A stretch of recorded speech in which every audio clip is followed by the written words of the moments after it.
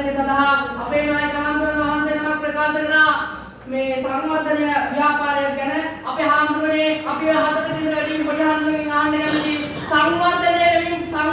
කරනවා මේ අධිවේගී මාර්ගය ඉදිරියට ගියා අද වෙනතුරු අධිවේගී මාර්ගයෙන් ලැබෙන කිසිදු මුදලක් අපේ හාමුදුරනේ ශ්‍රී ලංකාවට ලැබෙන්නේ නැහැ ඔක්කොම යන්නේ චීනෙට මේකද ඔබ වහන්සේ හොඳයි කියන විධායකය මේවද හොඳයි කියන විධායකය ඒ වගේම තමයි කිව්වා වරාය විදි කරා කියලා නැවුනේ වරාය මොකද අපේ හාමුදුර ලංකාවට ඔක්සිජන් එකක් එහෙමයි ඔක්සිජන් ලැබෙන ආදායම සමස්ත ආදායම ලැබෙන හාමුදුරනේ පිටරටට මේවා ඔබ වහන්සේලා හොඳයි කියන විධායකය ඒ වගේම ප්‍රජාතන්ත්‍රවාදී ජනරජයක් නෙවෙයි කියලා අපි කොයි වෙලාවකවත් එහෙම එකක් කිව්වේ නැහැ කියන කොහොමද මතක කියන්නා කෙසේව දසනස් මුද්දේ මතලා ප්‍රකාශ කරන්න ඕනේ අපේ හාමුදුරනේ ඒ වගේම කිව්වා තව අපේ පොඩි හාමුදුරන් වහන්සේනමක් දෙවියන්ට වැඩි ඉන්නේ ප්‍රතිපාදන සම්පාදනය කරනවා කියලා එහෙනම් මොකටද අද වතුකරේ ජනතාව අසීමිත දුක් විඳින්නේ ඔබ වහන්සේලා කියන විධායක තුලින් ප්‍රතිපාදන මේ ලංකාවේ සම්පාදනය කරා නම් ඒ වගේම තමයි කිව්වා පළාත් සභාවේ ප්‍රකාශ කරන්න දෙන්න අපේ පොඩි හාමුදුරන් වහන්සේනමක් අපේ හාමුදුරනේ ඒ පළාත් සභාව දින නියමකින් තොරව කල් දමන්න නැතිනේ ඔය වහන්සේලා හොඳයි කියන විධායක තුලින්ම තමයි අද වෙනතුරු පළාත් සභාව දින නියමකින් තොරව කල් ගිහිලා තියෙනවා වහන්සේලා හොඳයි කියපු විධායක තුලින් ඒ වගේම විධායක ජනාධිපතිවරයා ගැන බලතල ප්‍රකාශ කරන්න දෙන්නා අධිකරණයේ බලපෑම් සිදු කරන්නේ නැහැ කියලා අපේ හාමුදුරනේ අවිධායකය සිටින්නේ මේ හැම එකකට පොලින් අධිකරණයේ ගස්තා දායක විධායක කියන හැම එකකටම තමයි විධායක ජනාධිපතිවරයා ඉන්නේ ඒ නිසා ඔබලා මතක තියාගන්න විධායක ජනාධිපතිවරේ කිසිසේත්ම ශ්‍රී ලංකාවට යෝග්‍ය වන්නේ නැහැ ඒ වගේම අපේ පොඩි හාමුදුරන් වහන්සේම ප්‍රකාශ කරන්න දෙන්නා බලයෙන් විධායක ජනාධිපතිවරයා සතුව බලය දිගුකාලීන සංවර්ධනයකින් ශ්‍රී ලංකාව ගිහිල්ලා රැගෙන ගොස් තිබෙනවා කියලා අපි අහන්නේ උපදින්නට ඉන්න දරුවා ඉපදිලා ඉන්න දරුවා ණය කරන එකද විධායකයේ සංවර්ධනය කියන්නේ කියලා අද වර්තමානයේ ගත්තාම සෑම පුද්ගලයෙක්ම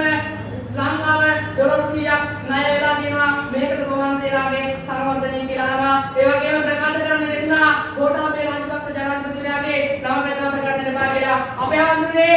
එතුමා විධායක ජනාධිපතිවරයෙක් නෙවෙයි කියලා අපි අහනවා ඒ නිසා එතුමා බැසිල් රාජපක්ෂ ඇමතිවරයා මුදල් අමාත්‍යාංශයේ ඇමතිවරයාගෙන් පත් කරගන්න දෙන්නේ ඒ තුලින් ඔවුන් ආර්ථික ග්‍රහණකයන් ලෙස නම් කරන්න දෙන්නේ මන්ද මොකද මහින්ද රාජපක්ෂ හිටපු ජනාධිපතිවරයා ගෝඨාභය රාජපක්ෂ ජනාධිපතිවරයා බැසිල් රාජපක්ෂ ජනාධිපතිවරයා මහ බැංකුවේ හිටපු මහ බැංකුවේ අධිපති අජිත් නිවාල් කප්රා කියන මේ අය ආර්ථික ග්‍රහණකයන් ලෙස නම් කරන්න දෙන්නේ උසාවියේ එහෙම නැත්නම් අධිකරණයට විශ්ව කරන්න නෙවෙයි අධිකරණයේ ඒවා නම් කරන්න දෙන්නේ ඕන්නේ විද්‍යාකාරයෙන් මේ රටේ සංවර්ධනය කරන ලොගොස් ඕන් මේ රටේ විනාශයට පත් කරලා ඔවුන්ගේ සුඛ වේදනේ සදාගත්තා පමණයි අපේ හාමුදුරනේ ඒ වගේ විධායක ජනාධිපතිතුමාසේ සියලු ජාතීන් එකමුතුකම නිසා තමයි ගෝඨාභය රාජපක්ෂ ජනාධිපතිවරයා අවුරුදු දෙකමාරක් තුලින් බලයෙන් නිර්මාණය දෙන්නේ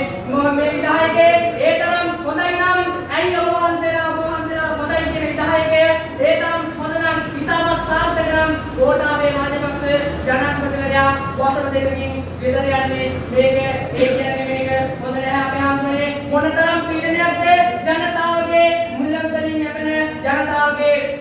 වතු මුදලින් යැපෙන එකම පුද්ගලයා තමයි මේ ජනාධිපතිවරයා ඔහු මුඩින් ගියත් අපේ හාමුදුරනේ චොකර තුනක් කරලා යන්නේ මොකටද එකක කාර්මික දෝෂයක් ආවොත් අනිත් එකට පැනලා ජීවිතේ බේරගන්න නෑ දිනින් ගියත් අපේ හාමුදුරනේ වාහන යනවා 10ක් විතර ඇම්බියුලන්ස් එකක් යනවා ඇයි මෙයාගේ නාස්ති කරන්නේ මේවා අපි මේ නිසා අපි කල්පනා කරන්නේ අපි හැනලිස්ටම් කියන්නේ විධායක ජනාධිපතිතුමා අපි යෝග්‍ය වන්නේ මේ නිසායි කියලායි අද ඉන්දියාව ගත්තාම ඉන්දියාව කැබිනට් ප්‍රමුඛ අගමැති ප්‍රමුඛ කැබිනට්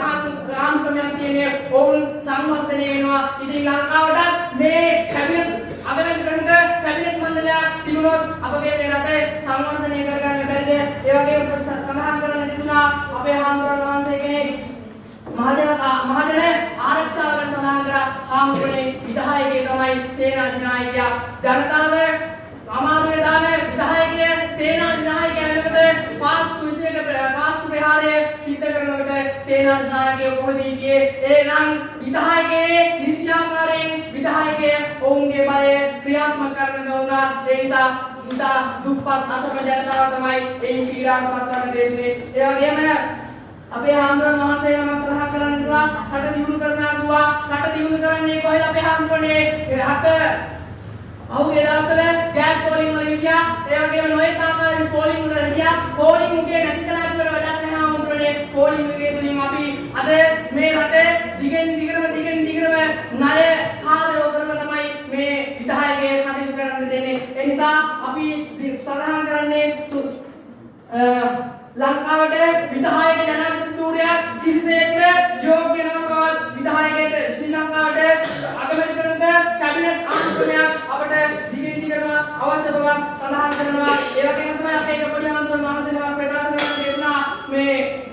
දුටුගැමුණු රජතුමා සම්බන්ධයෙන් එලා රජතුමා ගැන හාමුදුරනේ රජවරු කිහිප දෙනෙක් හැර අනිත් සෑම රජ කෙනෙක්ම ශ්‍රී ලංකාවේ අසාර්ථක රජවරු ලෙස කටයුතු කරන දෙන්නා. ඒ නිසා මේ අපි ප්‍රකාශ කරන්නේ අවසාන වශයෙන් ප්‍රකාශ කරන්න දෙන්නේ ශ්‍රී ලංකාව තුළ විධායක ජනාධිපතිතුමා කිසිසේත්ම යෝග්‍ය නොවේ යන ප්‍රසන්න අපගේ ප්‍රස්තුතය මේ සභාගාරයේ තුළ ස්ථාපිත කරමින් මගේ වතකන් අවසන් කරනවා. සියලු දෙනාම